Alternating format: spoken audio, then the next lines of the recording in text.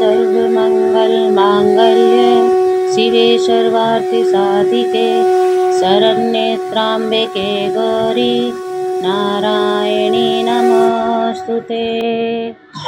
जय माता दी दोस्तों, आज हम लेकर आए हैं माता कात्यायनी की कथा। माता कात्यायनी नवरात्रों में छठे दिन पूजनीय मानी जाती हैं। नवरात्रों के 9 दिनों में से छठे दिन पर माता कात्यायनी की पूजा की जाती है। और आज हम इस वीडियो में जानेंगे कि कैसे माता कात्यायनी ने जन्म लिया और किस राक्षस का वध माता कात्यायनी ने किया और क्यों माता कात्यायनी का नाम कात्यायनी पड़ा।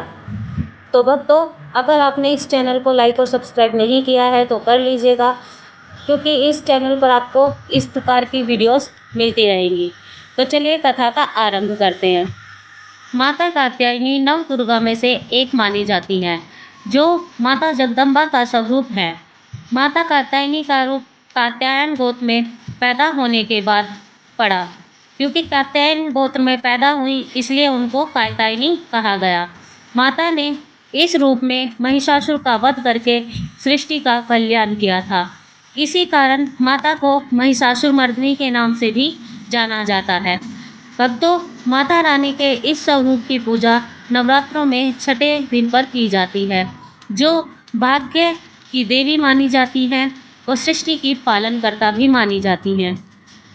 माता कात्यायनी अपने भक्तों को भय मुक्त करती हैं और सभी के अंदर भक्ति भावना जागृत करती हैं। के अनुसार ऋषि कात्यायन के मन में इच्छा आई कि माता जगदम्बा को वो अपनी पुत्री के रूप में प्राप्त करे।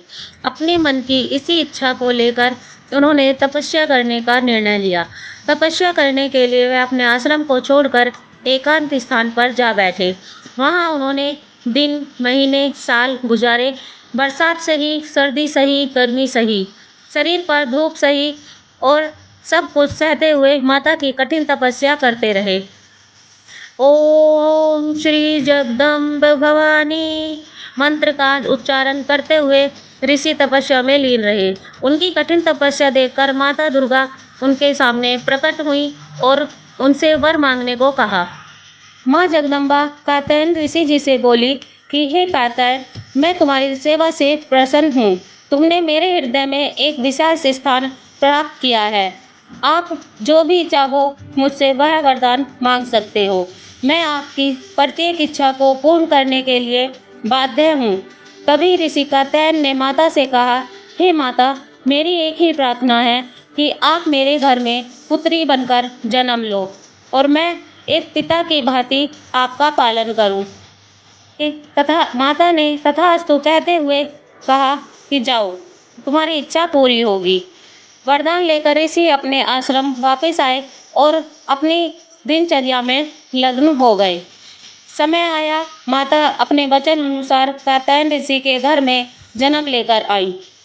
कात्यायन ऋषि बहुत प्रसन्न थे, क्योंकि उनका वरदान, उनकी तपस्या पूर्ण हुई। इन्हीं वरदान के कारण कात्यायन ऋषि ने माता का नाम कात्यायनी रखा, क्योंकि उनका गोत्र कात्यायन था और इसी कारण माता रानी का नाम कात्यायनी पड़ा। कात्यायनी माता बड़ी होकर अपने सभी आचरण ऋषि मुनि की तरह करने लगी, जैसे तपस्या करना, फल देना, फल फ्रूट पर जिंदा रहना, और इसी प्रकार माता अपने जीवन का उच्चारण करने लगी। तभी देवगणों ने माता को स्मरण दिलाया कि हे माता, आपका जन्म एक महान राक्षस को वध करने के लिए हुआ है, जिसने सभी देवताओं पर आक्रमण करके उनके स्वर्ग का सिंहासन भी छीन लिया था। उसने पूरी पृथ्वी पर हाहाकार मचा रखा है। माता कात्यायनी ने देवताओं की बात सुनकर ऋषि मुनि से कहा, हे ऋषिगण, आप चिंता मत कीजिए, मेरा जन्म उस राक्षस के वध के लिए ही हुआ है, अतः मैं तुम्हें भय मुक्त अवश्य करूंगी। इतना कहकर माता कात्यायनी राक्षस के पास युद्ध के लिए जा पहुंची। माता कात्यायनी और महिषासुर के बीच में भयानक युद्ध आरंभ हो गया। महिषासुर एक ऐसा असुर था जिसका आधा शरीर मनुष्य का और आधा शरीर भैंसे का था। उससे लड़ते हुए माता अपनी शक्ति का प्रयोग करने लगी और एक समय आया कि माता ने दुर्गा रूप लेकर महिषासुर का अंत किया। इसी से प्रसन्न होकर सभी देवताओं ने माता को साधुवाद किया और माता का धन्यवाद किया कि माता, आपने हमारी रक्षा करके हम पर उपकार किया है, अतः हम आपकी सेवा और भक्ति में लीन रहने का वचन देते हैं।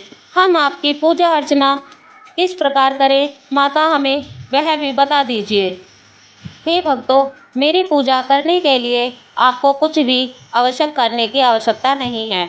मैं जैसे आपसे हो सके उस प्रकार से आप मेरा नाम उच्चारण कर लीजिए, मैं उसी से ही प्रसन्न हो जाऊंगी। जितनी जिसकी श्रद्धा है, श्रद्धा देखती हूँ, ना कि उसका चढ़ावा। जो भी कुंवारी कन्या माता का व्रत और उपासना करती है, उसके विवाह संबंधी बाधाएं दूर हो जाती है। जो भी भक्त अपनी इच्छा पूर्ति के लिए माता की पूजा आराधना करते हैं, उनकी सभी इच्छाएं माता पूरी करती है। और इसी बात से हम कह सकते हैं कि माता कात्यायनी हम सभी के जीवन में एक वरदान रूपी है। सभी भक्त माता का जयकारा लगाते हैं और माता की पूजा आराधना करते हैं। आराधना करने के बाद माता की आरती की जाती है। आरती करने के पश्चात शंख वादन करके माता को धन्यवाद देना चाहिए और इसी प्रकार माता कात्यायनी की पूजा अर्चना की जाती है। तो भक्तों, माता कात्यायनी की कथा यहीं पर समाप्त होती है। आप हमारे चैनल से जुड़ने के लिए हमारे चैनल को लाइक और सब्सक्राइब कर लीजिएगा और इसी प्रकार की वीडियोस पाने के लिए हमें कमेंट जरूर कीजिएगा। धन्यवाद दोस्तों।